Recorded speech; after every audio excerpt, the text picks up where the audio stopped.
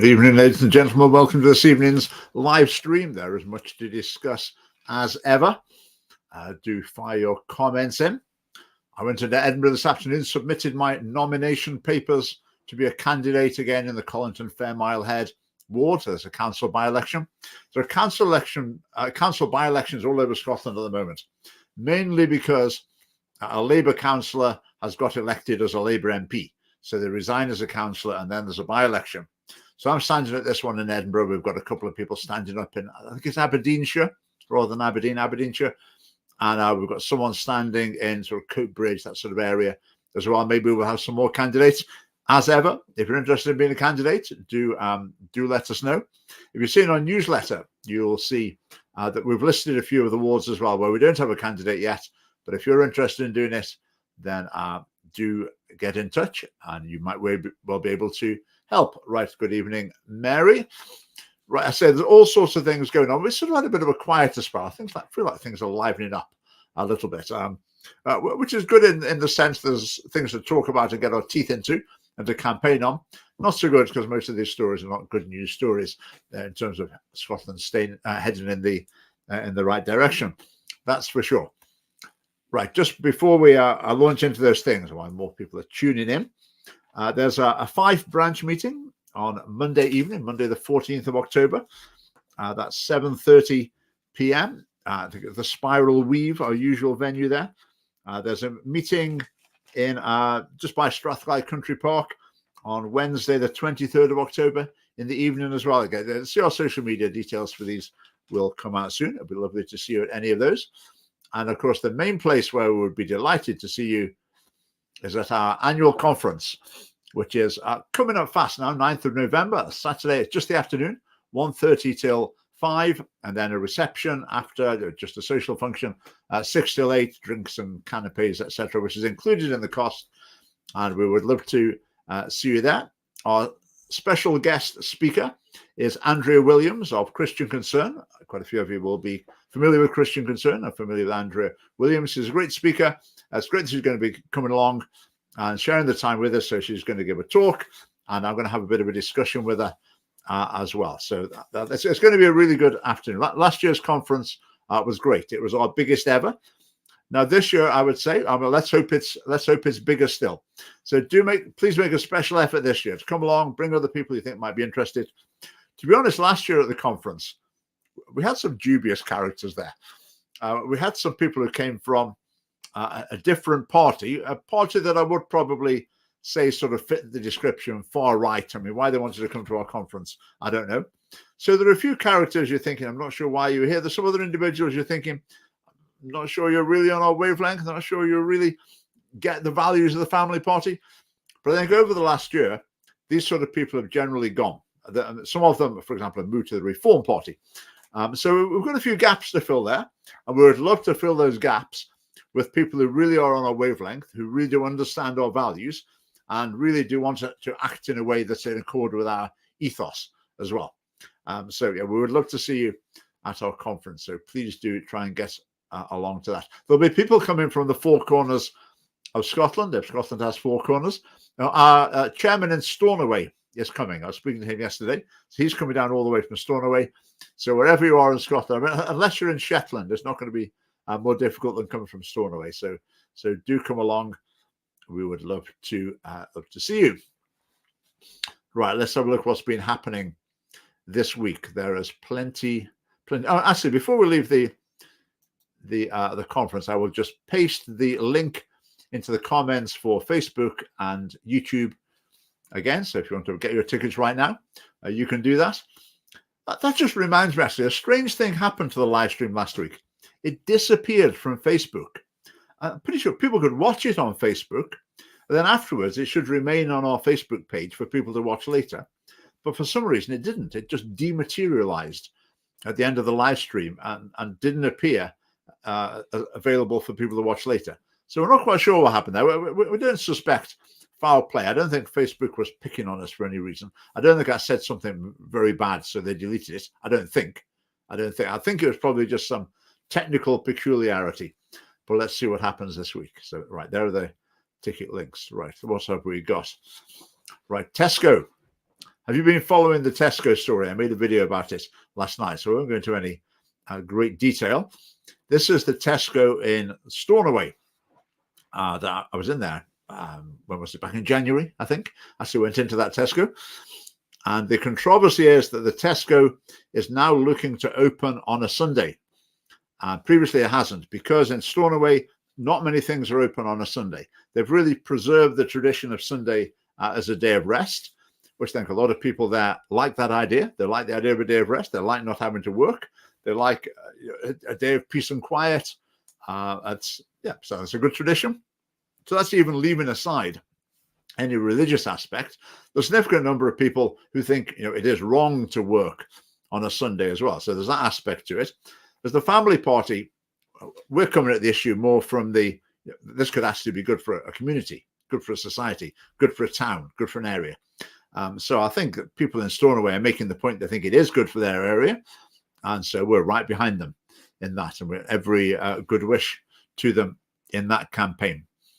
Now, it'll be interesting. When the people at Tesco, it'll seem as if the people from Stornoway are speaking a foreign language to them. I mean, they may as well speak in Gaelic to the Tesco executives, because they just won't understand the whole idea that having a common day of rest can actually be a positive thing for society. It gives people free time off work on the same day, so they can do things together. And that's good. That's particularly for families. So we'll see what happens there. To be honest, I'm not optimistic. As I say, I wish the campaign every success, but I think probably they've got an uphill struggle. There's no law to stop Tesco opening. It's interesting, actually. I only discovered this week. I didn't mention this in the video. The Sunday trading laws in Scotland are a lot more lax than they are in England and Wales and Northern Ireland, as far as I'm aware. Yep. So there's all sorts of weird and wonderful restrictions in England, Wales, Northern Ireland that don't apply in Scotland. I didn't know that. I'd have thought historically that would have been the other way around. I'd have thought Scotland might have been a bit of the last bastion of keep Sunday special campaigns or whatever, but not so. That's the opposite. That is the case. Yes, that's Tesco and Stornoway. Watch this space. See what will happen there. The other thing I said in the video, actually, just before I move on, that I thought was very significant. A lot of people will be looking on and they'll be saying, wow, what a bunch of backwards, religious fanatics they must be on the Isle of Lewis. They don't want their Tesco to open on a Sunday. And I would point to anyone saying that, I would point them to the surveys of happiness and anxiety and depression, whatever else, any sort of social problem, basically. Look at the statistics for the Isle of Lewis or for the Western Isles.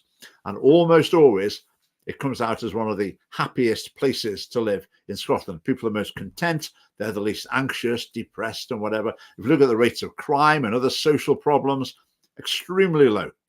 So before anyone wants to, cast the first stone at the Western Isles, at Lewis in particular, I would encourage them to look at the fruit of the culture that's there, because a lot of it is extremely, extremely positive. Right, Vicky, Stornoway shops closed from Sunday to Tuesday. Did it right? Okay. Yeah, I've been in Stornoway. I often go in January, and it feels like, yeah, there's not many people around, put it that way. So I imagine a lot of the things are closed then. Right, hello, Mr. and Mrs. Mellon. Culture in Stornoway is to observe a day of rest, then the opening will be commercially unsuccessful. Now, that's an interesting point, actually. That's what Tesco will probably argue. Now, even if, let's say, 60% of the population would rather it wasn't open, rather it was quiet, rather people weren't having to work. Let's say 60% of the people thought that. Would it still be commercially viable for Tesco to open? Well, yeah, basically it would be. I would imagine it would be. The thing with supermarkets is if none of them open on a Sunday, if no food shop on the whole of the Western Isles opened on a Sunday, would people eat less food? No, they wouldn't. There's just as much food would be sold. And so the total take-ins of these stores would be the same, but they would have lower overheads. They wouldn't have to pay as many staff to be in their stores to operate them. So overall, the business would be more efficient and food would be cheaper, and Tesco and all the other shops would make more profit if they could agree among themselves that none of them would open on a Sunday. That would be the result. Could they do that? No, because someone would always break that agreement. So I would say the fact that it's commercially viable doesn't necessarily mean that it wouldn't be a good thing for it not to be open. I think it's sort of where if you've got the critical mass of people who want to have Sunday as a day of rest, then that can be sustained within a society when you've got that critical mass of people who want that. Once that's faded away, or as it fades away, then that becomes increasingly difficult. I was saying that in the video, there are sensible things worth looking at where you could restrict businesses on a Sunday, and that would be for the good of society. Now, as soon as you start getting into the details, it becomes very, very difficult. But I think in principle, I think it's possible that there could be sensible things that could be done in that regard. Staff could refuse to work on a Sunday. Now, John, that's another interesting one as well. I also learned this. Now, I'm pretty sure, I think I'm right in saying this. In England and Wales, there is a law that gives you not an absolute right, but some sort of protection if you say you don't want to work on a Sunday. So there's a sort of conscientious objection idea to working on a Sunday. And if a person says, I don't want to work on a Sunday, then the employer can't punish them, or they've got to be flexible. So there's some degree of protection. In Scotland, there's not. Again, it's quite surprising, isn't it? You'd have thought Scotland would probably be the place where that would exist. But it's the other way around. There's some protection in England, Wales, and there is none in Scotland. Now, of course, if you do go along and say, I'd rather not work on a Sunday, they might say, okay, that's fine. But what might that do for your career, or, when it comes to make someone redundant? So that people would be concerned about the consequences of that. Anyway, that's Tesco on Stornoway. Right, I was amazed by this story. 4 Glasgow councillors are in arrears for council tax. They owe thousands of pounds to the council. In other words, the people who sit there in the council chamber deciding how much council tax the citizens of Glasgow should have to pay on pain of all sorts of enforcement measures, those people themselves haven't paid their council tax. I mean, it's just, words fail me for that. Words fail me. How can you possibly have the effrontery to stand up and say the council tax should be that this is how much money we demand the people of Glasgow in different sorts of houses, this is how much they should pay, because that's what we need to run our public services. Oh, by the way, I didn't pay it myself. I know I should have done. I just didn't bother paying. But the rest of you people in Glasgow, you've got to pay up like good citizens. I mean, it's just utterly bizarre. I mean, what does this show? Does it show that these councillors were appallingly poverty-stricken? To be honest, I don't really think so. I don't think anyone, with the welfare system, I don't think anyone's in the situation where they really can't pay their council tax. So what we've got are people who've, for whatever reason, think they're a special case or are some sort of protest or whatever, just decided not to pay their council tax. And then they become councillors.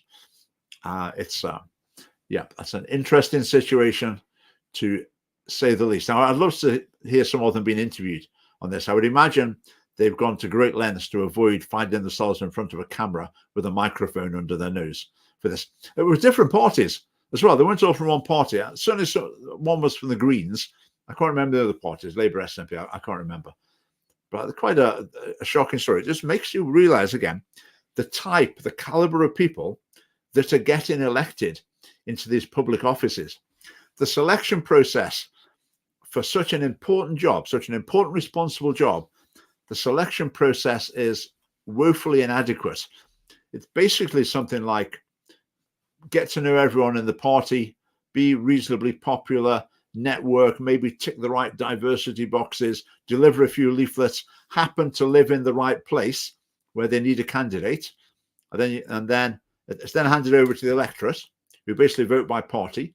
Virtually everyone who votes in an election doesn't know the first thing about the local candidate. They just vote for the party. And then that puts these people in as Glasgow councillors. Now, what's the annual budget of Glasgow City Council?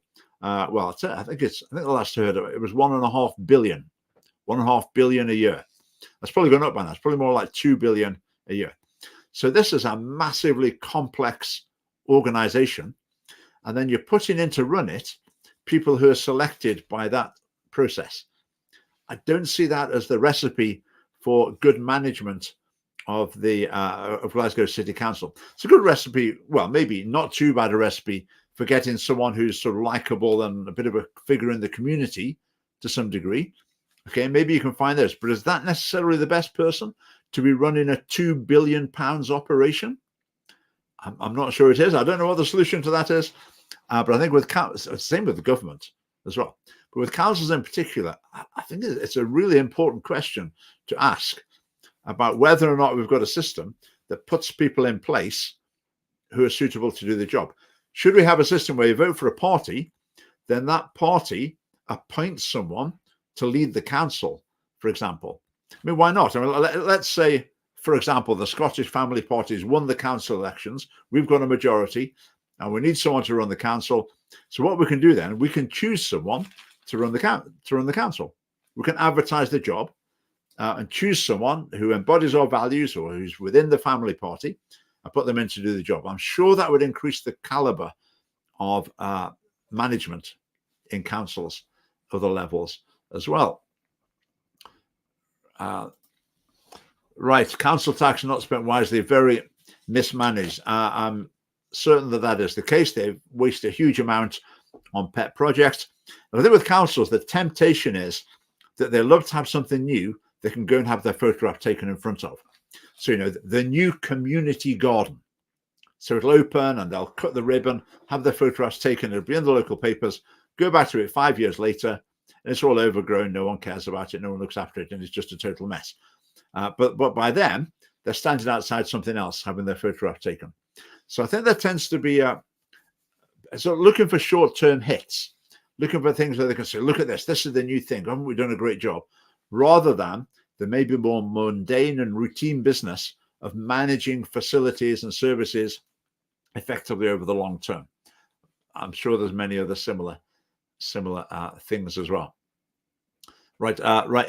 Integrity, we'll come on to that later. That is for sure. Right. What have we got next? Oh, integrity. Here it comes right away. Now, Keir Starmer and the Labour Party, you will have been following those stories. I think with this sort of story, if it's the Conservatives whose view is a bit along the lines of, okay, if you're rich, great. If you want more money, then try and get more money and live a lavish lifestyle, and good luck to you. And then you find that people have been giving them lavish gifts for a lavish lifestyle. You may think, well, there's questions to be asked, but there's one way in which it's not hypocritical. But with Labour, who are forever trying to give the impression, we're the ordinary people, we're on the side of working people, the vulnerable, the oppressed, the marginalised, the poor, and then they're living lifestyles like that off donations, then there's a big problem. But this one, I think, is worse than anything I've heard from Labour. This is Stephen Flynn, obviously the SNP's Westminster leader, and he was involved in, the SNP was involved in the decision for a company that wanted, I think it was an offshore wind facility. So some company wanted to open basically a huge business opportunity, a huge site. I think it was as energy generation. And they needed the permission of the government to do it. And they got the permission of the government. So they were therefore able to go ahead and make vast sums of money out of this business, which is all well and good. And then what they did is this business gave a £30,000 donation to Stephen Flynn's local SNP branch. Right. Why was that? Why could they possibly have given that? Obviously, at the very best, it was a thank you, but it inevitably makes you think, did they realize they were going to get a thank you? What quiet conversations went on there? But if you give £30,000 to Stephen Flynn's local branch, it's not to him. He did declare it, but this idea that, we declared it, so it's all fine. You forget that. The fact that the rules are terrible and they're not tight enough doesn't mean something's morally acceptable. So that £30,000, how has that helped Stephen Flynn? Well, when it came to his, I don't know if this was before or after the last election, but in election campaigns, £30,000 is a lot of money for a local branch to spend. So basically that is lavish expenditure for his election campaign. And that really skews the playing field in his favor in the next election because he's got massive resources. In politics, money is ammunition. If you've got £30,000, I'm not even sure you'd like to spend quite that much. You can probably spend most of it in the constituency. You can have leaflets delivered by companies left, right, and centre. You can bombard the electorate with social media advertising. You're much more likely to get elected. So that's a government representative who's received a big donation. Basically, I'm not saying it's a bribe, but it's something that's seems somewhere on that spectrum, not too different. A payment made in return for something that they shouldn't have been influenced, the government shouldn't have been influenced by. And what the SNP gains from it is it's going to make it easier for them to get elected next time. So that is pretty corrupt, if you ask me. Now, what does John Swinney say? Well, you always know what John Swinney said. John Swinney has only got one track. He's only got one way of replying to any question. And this question is, it follows the rules. We follow the right procedure. So that's all fine. He never gets the moral question. He never sees the core of the issue. He always just hides behind the proper processes were followed. The form was filled in properly. It was signed by 3 people and the date was put on it. So what could possibly be wrong with that? Well, I've told them what's wrong with it, but it's as though they can't see it. They can see it when it's another party.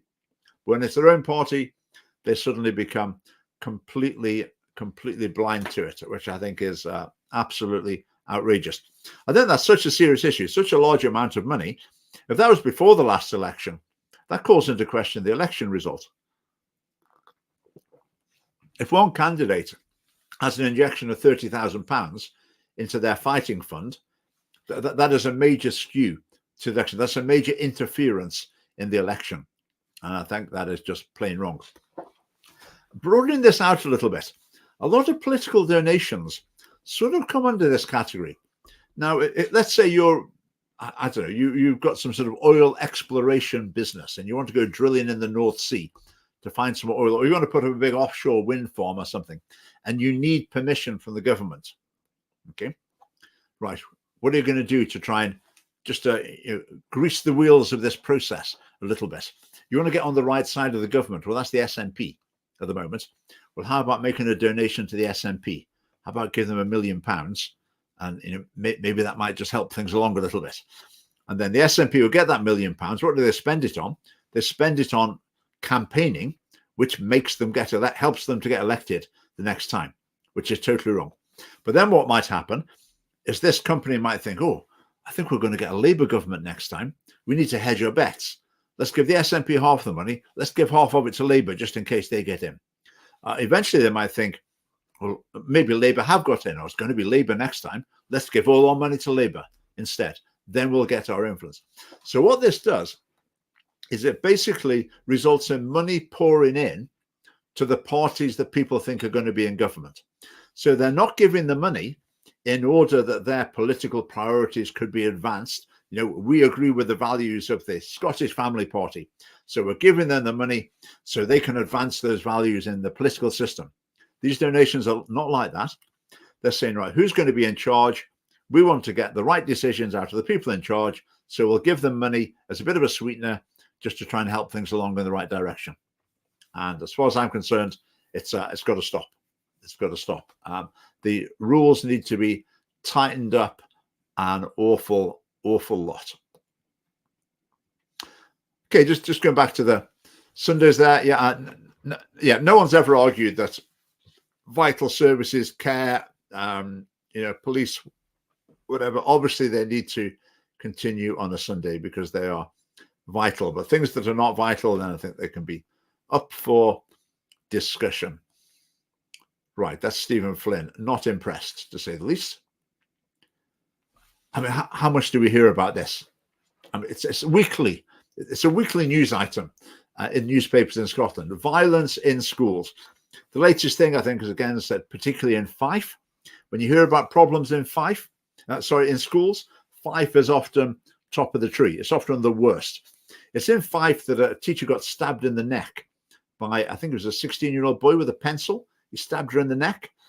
And the response from the teachers' union was that they should sit down and have a restorative conversation so that the relationship can be maintained, so they can be friends again.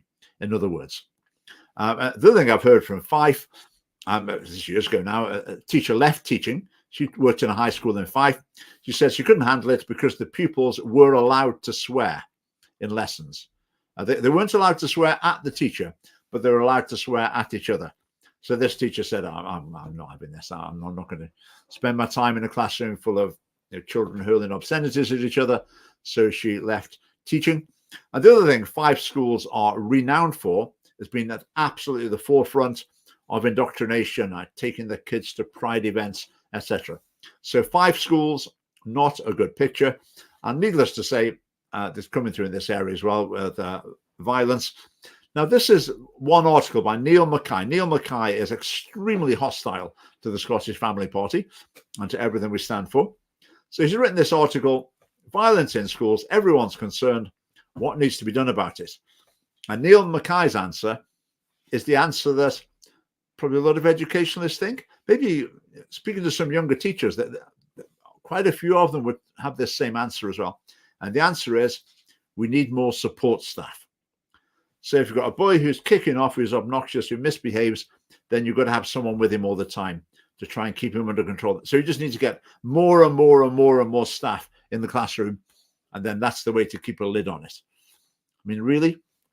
Can people not actually see? I'm thinking of the G.K. Chesterton quote, which I can't remember exactly, but it's something like, government officials don't grow on trees.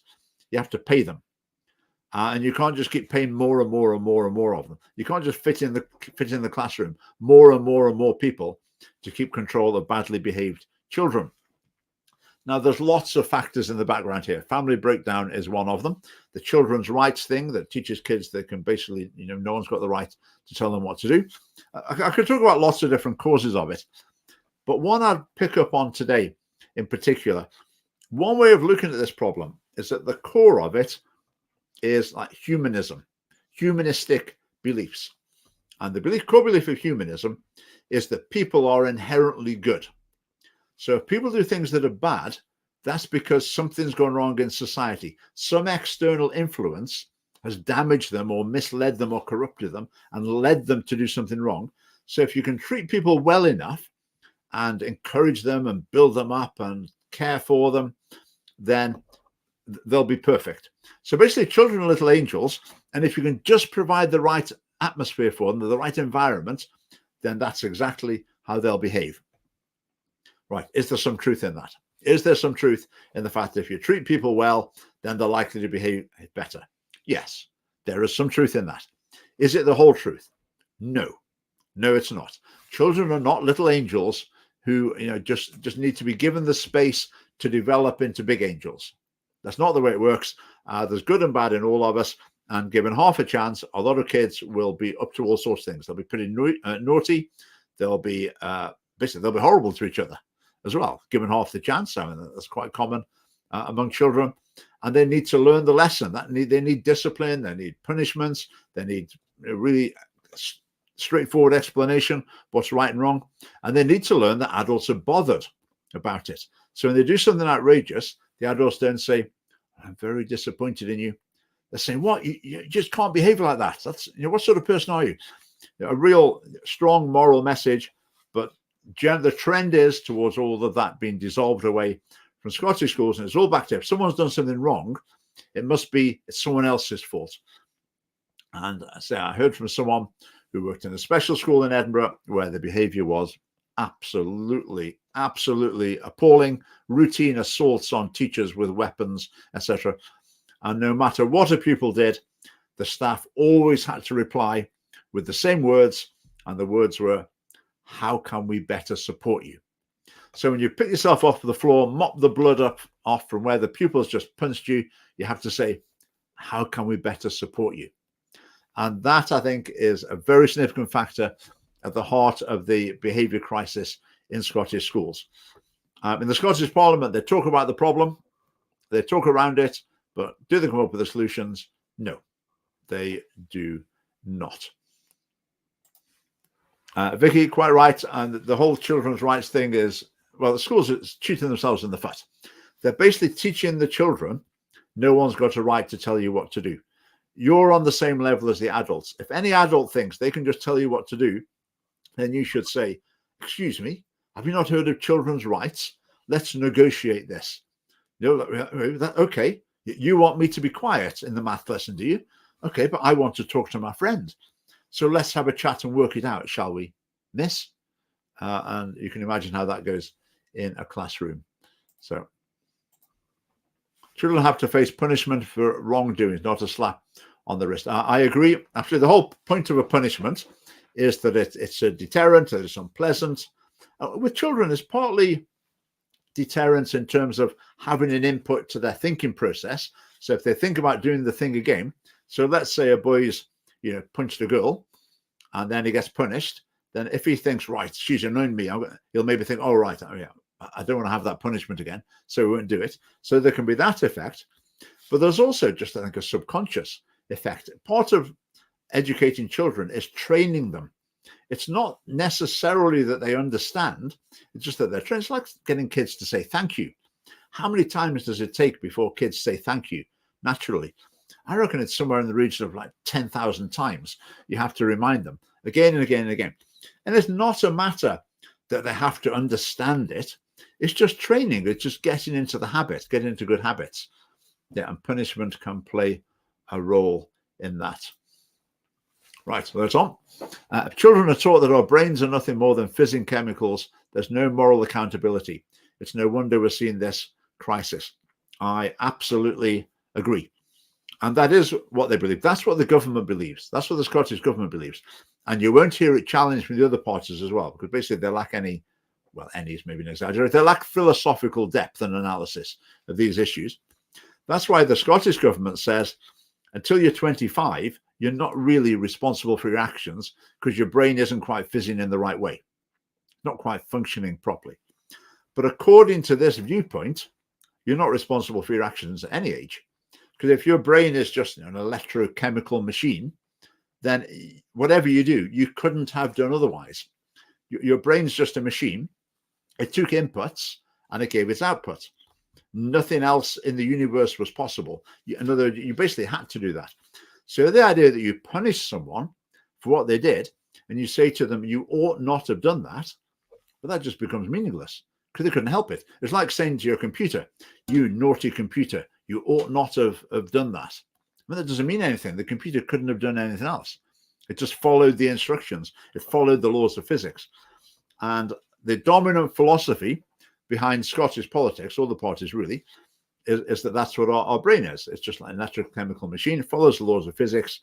And so if you want to change the way someone behaves, you have to change the inputs to it. You have to change their environment. And then that will sort everything out. I mean, that's a really fundamental philosophical question, but it's basically completely overlooked. The whole idea of the legal system is based on the idea that you're responsible for your actions. So if you commit a crime, you go to court, and part of what the judge should be assessing is, were you responsible for your actions? If you were high on drugs or mentally ill or whatever, they might decide, actually, you couldn't help it. You were not responsible for your actions. You couldn't have done otherwise. You weren't in control of your own actions. And so therefore, you can't be found guilty or lesser sentence or whatever. But according to this philosophy, then everyone's innocent. No one can be held responsible for their actions. No one could have done otherwise. And yep, that view is gaining ground, I would say, and it leads to all sorts of problems in society. Right, John, you keep anticipating me. We'll come to that one in a minute. That's coming up soon. Your old laptop never responds to my reasoning with it. Okay, is your new laptop any better?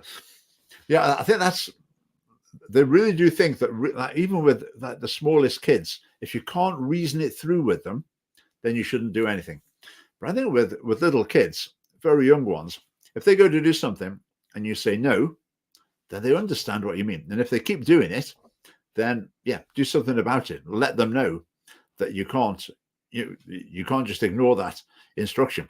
It's not a matter of, we have to explain so they understand. I think there's a lot of other aspects as well, which I'd put under the banner training. Now, of course, One means of disciplining children that used to be virtually universal, but was abolished a few years ago by the Scottish Parliament, was smacking children, still allowed in England and Wales. And Northern Ireland, I believe, have they banned it in Wales? Not sure, but certainly in England, it's still allowed. Scotland, they took it away. Now, that's one of those things where you ban smacking, and then at lunchtime the next day, they say, look, the sky hasn't fallen in, has it? We haven't got children on the rampage through society. We haven't got teachers being stabbed in the neck with pencils. We haven't got kids misbehaving in shops. You see, it was all a big scare. You see, we've abolished smacking, and it's made no difference. Kids are just as happy or well behaved as they ever were, they say immediately after the ban. And then 10 or 20 years later, we say there's a real deterioration in children's behavior and mental health, because out of control children with no boundaries, wild children are not happy. So we see the negative results. So what do the people say?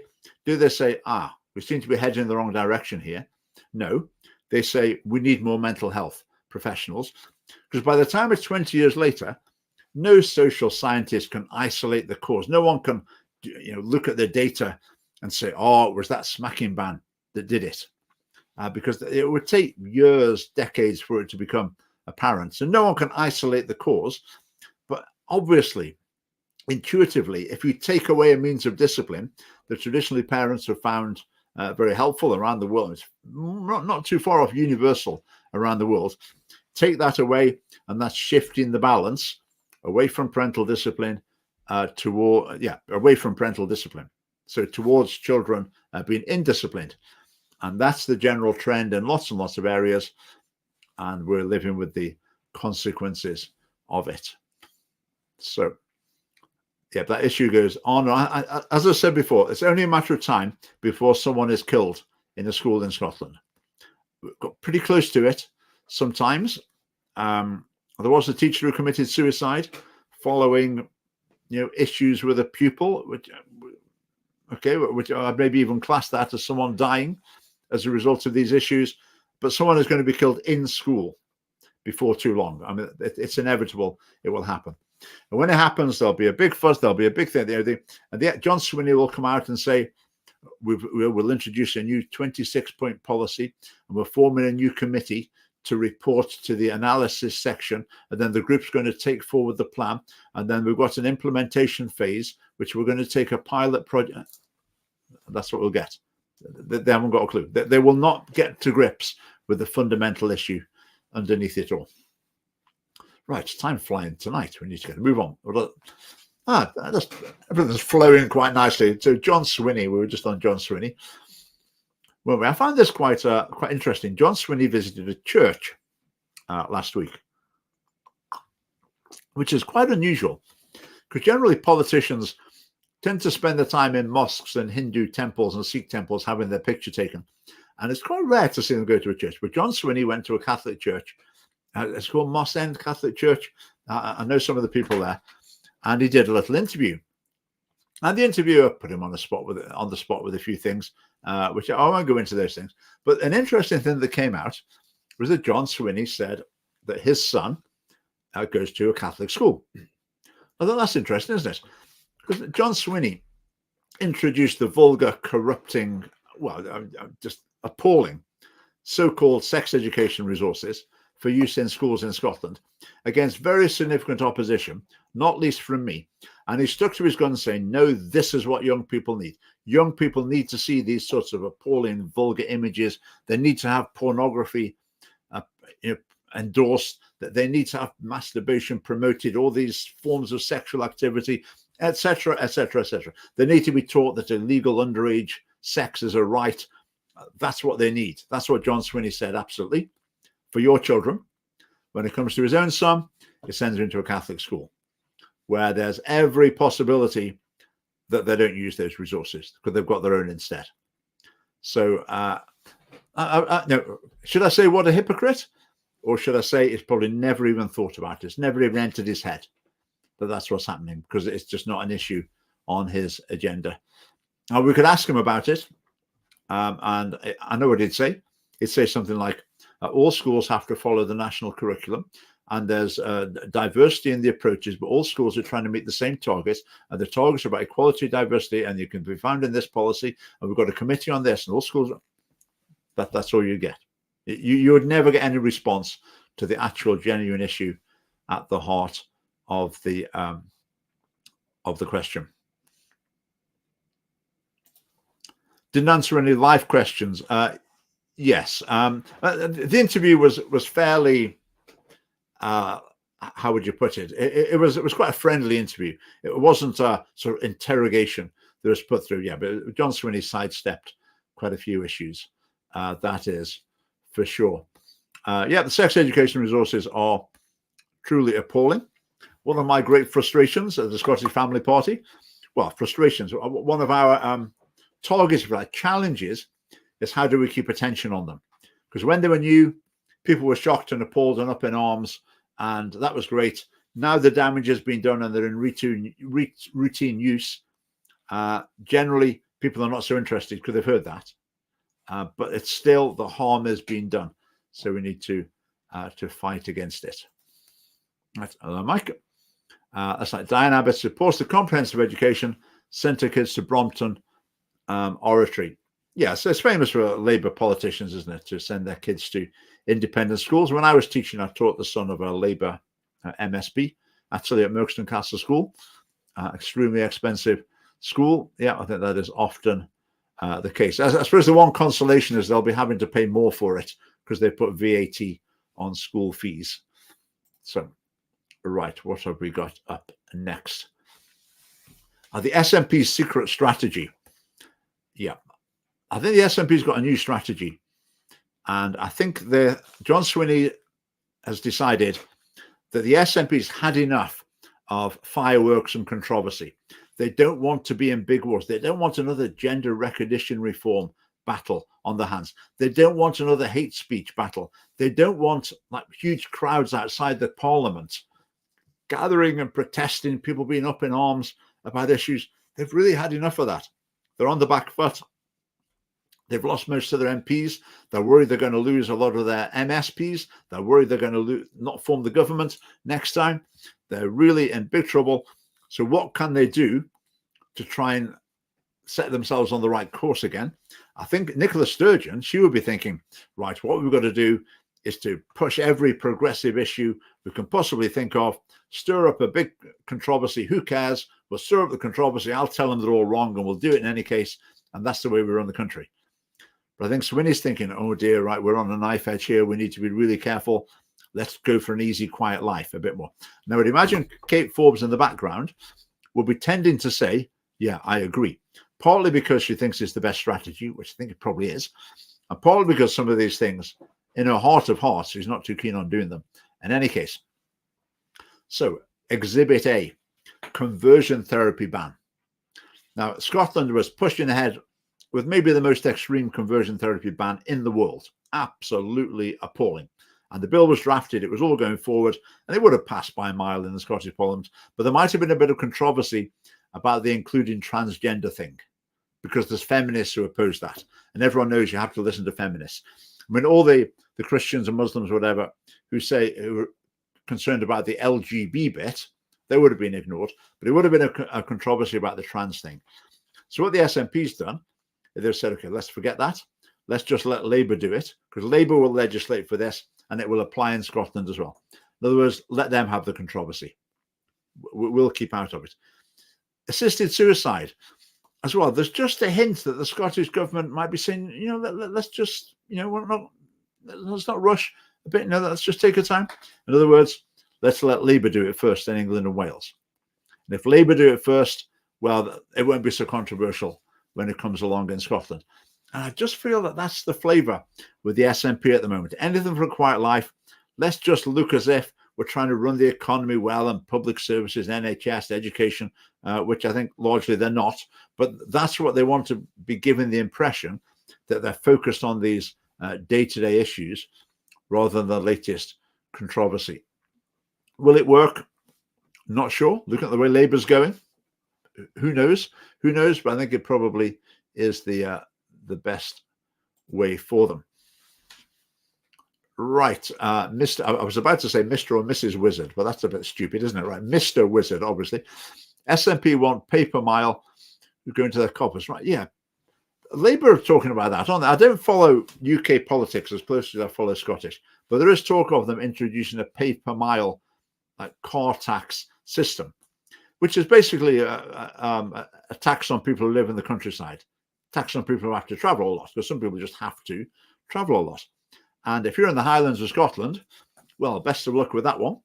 But not all the Green Party members who will be saying this is a great idea, they live in flats in Leith and go on the tram to work in the Parliament every morning. But if you live in the Highlands, remote area, and you use your car to travel around to do all the sort of things you need to do, and lots of other good things as well, then you're going to be absolutely hammered by it. So that is a seriously bad idea. Did they not realize, in any case, there is already a pay per mile tax on car drivers? It's called fuel duty. I don't know if they've worked this out, but when you put fuel in your car, it uses it up when you drive your car. So you already pay more tax when you drive your car more. But they just want to add that on more. It's the war on cars, the ideological war on cars.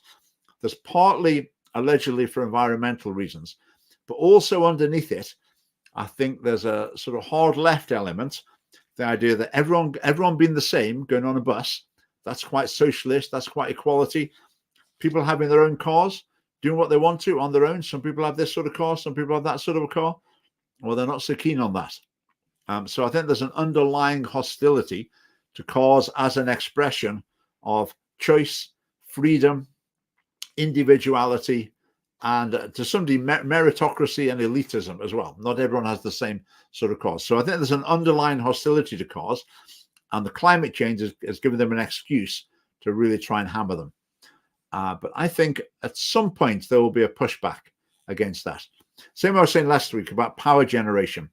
The day we have a power cut, because, sorry, we've got our sums wrong, we've closed the coal and the nuclear and the gas power stations, I'm afraid we've got our sums wrong, we haven't got enough other sources, so you've got no electricity. It will only take about 15 minutes of that power cut for the million people affected to be completely forgetting about any concern they've ever had about climate change. And from then on, they'll be saying, look, I don't care, just get this sorted, we want our electricity on. And then the same will happen with cars as well. Eventually there will be a breaking point. We shall see. We shall see.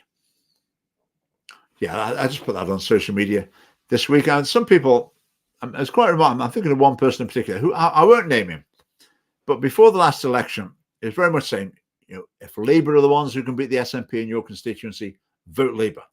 Definitely vote Labour. Hold your nose, vote Labour. Massive tactical voting.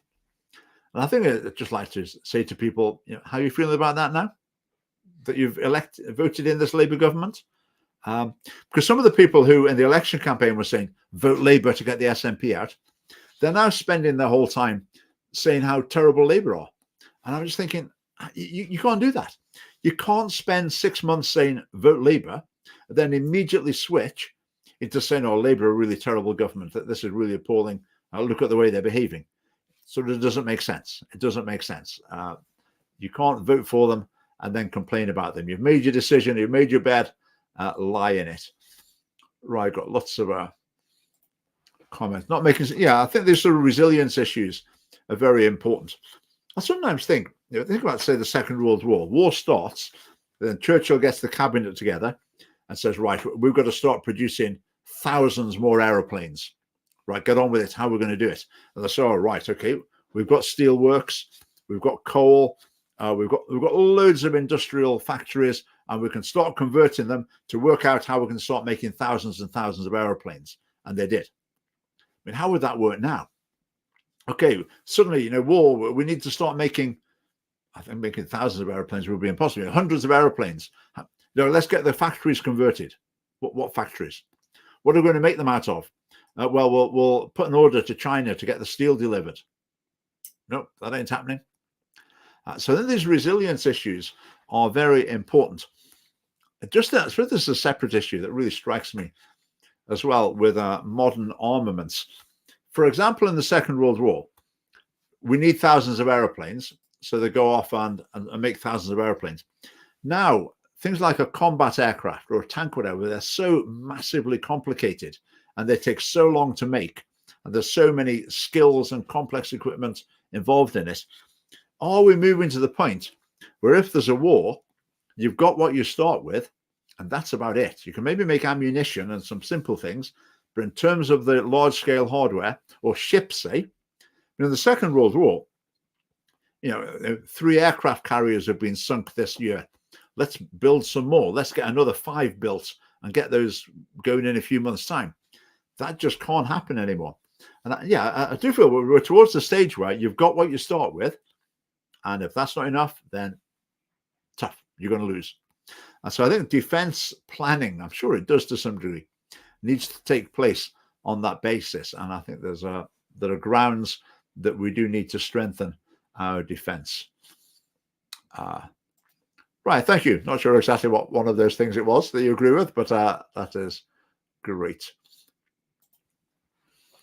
Right, climate change. That's a wider issue. I've talked about that on other live streams. I won't go into that just at the moment.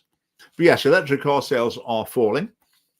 And what's going to happen with those? I mean, the EU and Britain have got their deadlines, haven't they, for transfer to only hybrid and then no sales of petrol and diesel cars. How's it going to work out? Well, not enough people want electric cars. Will there be alternative fuels that will be allowed? Will they push back the deadlines? And they're going to destroy some car companies. But if you're BMW or Mercedes, whatever, you can make every sort of car all the time. And okay, you've got your electric ones, you've got your petrol ones, you've got your diesel, you've got your hybrid. And if the government sort of messes you around a little bit, you adjust the balance of them. If you're a smaller car company and the government says, right, you're not allowed to sell petrol and diesel cars after this date, electric only. If you only have a small model range, at some point you have to say, right, we've got to make the switch. We've got to transfer our design and our manufacture to electric only. We've got to do it. But then if the government says, oh, we've changed our mind, you can sell petrol and diesel after all, then that could finish off a car company like that. I mean, classic case, governments love to mess around with regulations, chop and change and on a whim. And it just causes chaos to people who are trying to live with them. Right. Let's carry on. We're only a few minutes left. I've got a couple of videos to share as well. Now, I put this on social media with a bit of a comment. A couple of people were not very happy, so hopefully they're watching. There are 2 rumors about Keir Starmer's private life. One of them, as far as I can tell, I haven't seen anything to substantiate. I haven't heard anyone saying, we've got the evidence, but we can't publish it or anything like that. So one of the rumors I'm not even going to mention, but it is very widespread in Westminster, apparently, very widespread. But the other one, I think there is some substantiation. And this is the suggestion, basically, as I read it, is that apparently journalists in mainstream newspapers, prestigious newspapers and publications, they are aware that Keir Starmer basically has a so-called love child. That seems to be what people are saying. And they seem to be saying that they've seen a birth certificate. They've seen the birth certificate of a person with Keir Starmer listed as a father. I'm assuming that's what they're talking about. And so they know that, but they can't publish it because it's not in the public interest. There'll be legal reasons or whatever. And I'm just getting so fed up with this. I was fed up with it with Humza Yousaf. Humza Yousaf had an affair, and the media were not allowed to report on it. But I'm confident in saying Humza Yousaf had an affair. I've spoken to journalists and said, why don't you publish articles about Humza Yousaf's affair? Why don't you report on it? And they'll explain why not. They don't say because it's not true. They'll explain why they don't report on it. That Nicola Sturgeon as well, similar story. I won't go over the story again. So Scottish Family Party policy is this just should not be allowed. We need to know about the character of our leaders. And to know about that character, knowing something about their personal life is very relevant. The fact that someone's a cheating, a liar in their personal life and they're, unrepentant about that, that's just something that happened and they're, tough on their wife or whatever. then that tells us something about the person, tells us they're dishonest, and we can make judgments accordingly. Now, if someone's done something wrong and they've said, that's what I did then, I really regret that, bitterly regret that, then, that's a totally different situation, totally different. But what I don't like, this idea that, okay, this happened, but I've got really good lawyers and I'm going to make sure no one knows about it. I am very frustrated by this keeping happening. Right, quick update. Remember this book in the school library in Kinloch Burvey? John Naples Campbell, the transvestite head teacher there, had this book in the school library. People have complained, including me, and he said, no, it's staying in the library. So I complained to him. I explained what was in the book. The worst thing in the book, this idea, it talks about sexual orientation, and it says sexual orientation can include attraction to different species. In other words, different animals, which I don't want to talk about that anymore, but it's just utterly beyond the pale. So I complained to him. He said, no, it's staying in the library. I complained to Highlands Council and said, right, this is what's going on. This is in the school library. What are you going to do about it? They replied saying, no, don't care, stay in there. Basically, no, we can't see any problem with that. So I reported John Naples Campbell to the General Teaching Council of Scotland. I said, he is making the decision to keep this book in his school library. And I also gave them something of a case that saying to children the sexual attraction to animals is a valid form of valid sexual orientation. I think there's a question mark about whether that's not breaking the law, corrupting the morals of young people. I'm going to make a video on this in the next couple of days. I'll go into it in more detail. So yeah, there's a possibility it might be illegal to be presenting that message to children. General Teaching for Council of Scotland, needless to say, come up with some excuse that, well, we can't blame him basically, just because it's his school library and he has decided that the book stays there. We can't blame him. Anyway, I'll go into this in a lot more detail, but it is quite remarkable. This story, quite remarkable. I've probably said this about this issue before, but I sometimes find it's amazing that you can talk to people and you can point out a very serious moral issue, and it's as though you're speaking a foreign language. It just doesn't register. They don't get it. It's like this. It's the Swinney effect. It's like they go through the policies in their head. Have we got a policy about telling children that sexual attraction to animals is perfectly okay? Have we got a policy about that? No, can't think of any policy, so that must be okay. Where's the person? Where's their conscience? Where's their own moral philosophy? It's like it doesn't exist. Doesn't exist. Anyway, I will make a video about this at greater length because there's quite a bit more to the story, and it's quite shocking. I'm going to make a video about this next week as well. Right? Any prizes for guessing what that is? What that building is? It is the new women's prison that's been opened. Now, I know it looks quite a pleasant place to be. That's not really my point, though. My point is there's a growing movement in the UK and in Scotland in particular that women shouldn't be sent to prison. Prison doesn't work for women. Prison's fine for men, but women are different. Women shouldn't be sent to prison. Women should, have counseling or support or whatever. Now, I think this is just feminism totally out of control. In other words, it's feminists who are so obsessed with the idea that women are good, women are victims, women are oppressed, men are evil, men are aggressive, men are criminals, men are, all these other. So men are bad, women are good. So why ever would you want to send women to prison? I mean, what a ridiculous idea. If a woman's done something bad, that can only be, well, probably some man mistreated her in the past or something. It can't be a woman's fault. Whereas men, get them locked up. That's fine. So I say this really is extreme, bizarre, frightening feminism that's coming out as, not for, well, I wouldn't say hatred of men, but basically the idea that men are bad, women are good. So what can be the point of a prison for women when women are good? I mean, what a ridiculous idea. And this is gaining ground. And I'm going to make a video about this, go into a bit more detail. This view is gaining ground. Yes, women do get lighter punishments for the same crimes already. Yeah, imagine that was the other way around. What would be happening? But at the moment, girls outperform boys at school by quite a significant margin. Imagine that was the other way around.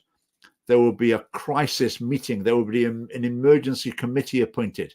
They would debate little else in the Scottish Parliament than closing the gender attainment gap.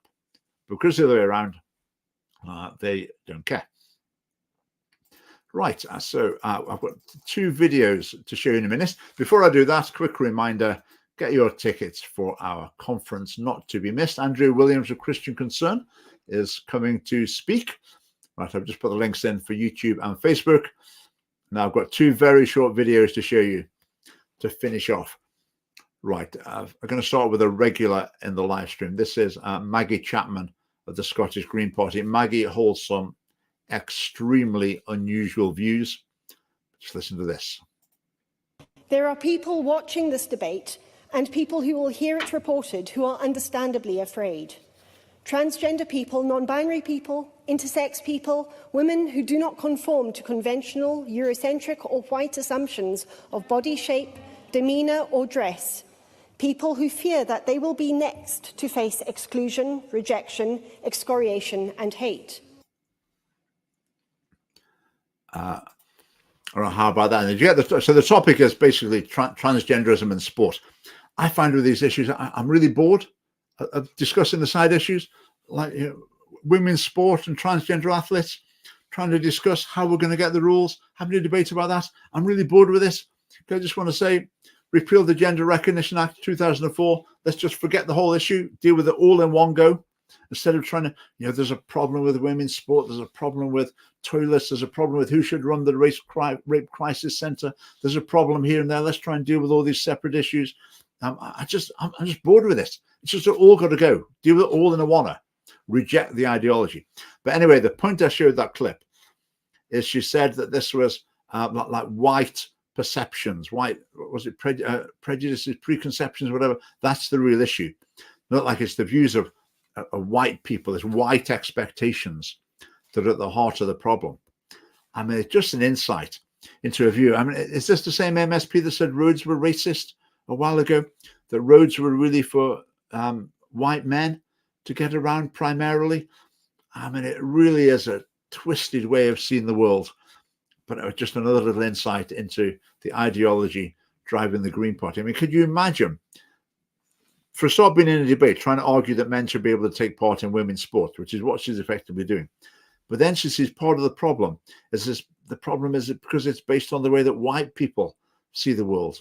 I mean, it really is bizarre. Yes, I think she's one of the special enlightened white people who have risen above the limitations of whiteness and therefore can look down on a racial compatriots or whatever and can see the problem with them. I guess you must think something like that. But it's just a total muddle. And the last video on a similar theme, actually, our friend Humza Yousaf. Listen to this. Seeing is hypocrisy. I would say it's worse than that. What we're seeing is racism. Because I'm telling you now, if those tens of thousands of children killed in Gaza or the thousands of civilians that have been killed in Lebanon were blonde hair and blue-eyed and European, then Israel would be stopped in their tracks months ago. So let's make sure that we're making it clear that Arab lives matter and Muslim lives matter. I just thank my lucky stars every day that Humza Yousaf is not the First Minister of Scotland anymore. Because when it comes to the Palestine-Gaza issue, his views are nothing like a rational analysis of the situation. He is driven by tribal allegiance and extreme hostility towards Israel, which is populated mainly by Jews, as it happens. Real extreme hostility. And his view of the situation is so biased. It's hard to imagine it being more biased. Rather, that's extremely concerning. I mean, he's there suggesting that this is all based on racism, suggesting that no one cares about lives in Gaza or Lebanon.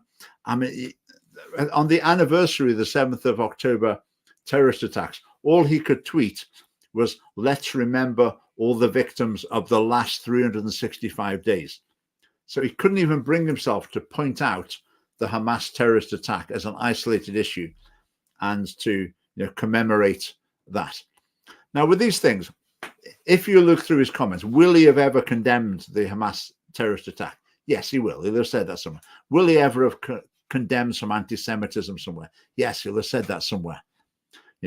Token statements. So no one can accuse him of not having said those things.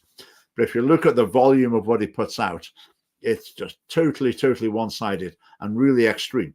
So basically, I mean, Hamza used everything's racist. He is race obsessed. And it seems like his Islamic faith causes him to have this fanatical loyalty to Muslims in Palestine and Lebanon. Fanatical loyalty there. I mean, when it comes to core aspects of Muslim moral teaching, I mean, he couldn't give a monkey's. Same-sex marriage, homosexuality, abortion, family life, all these things, not remotely interested. I've spoken to lots of Muslims that say, Hamza Yousaf, he's not a Muslim. Look at the things he supports. He's absolutely hopeless, totally compromised. Yeah, when it comes to Gaza, say he is driven by the tribal hostility. And I find it quite chilling, quite concerning, but just thank goodness he's not the First Minister of Scotland anymore. So we've got our problems. John Swinney, I'll be hard pressed to say much positive about John Swinney, but one thing I can say is not Hamza Yousaf. And for me, that's a plus. Right, time has flown. Thank you very much for your comments. We'll see you next week. We haven't had a guest for a while, have we? There's a few people who come on as guests, but the way it works is they get in touch and say, I've got a story to come on and talk about. Then they'll come on and present about that story. So I haven't had anyone come along for a week or two, so I'll give them a prompt. We'll hopefully have a guest next time. So get your conference tickets and see you next week. Right, thanks for watching.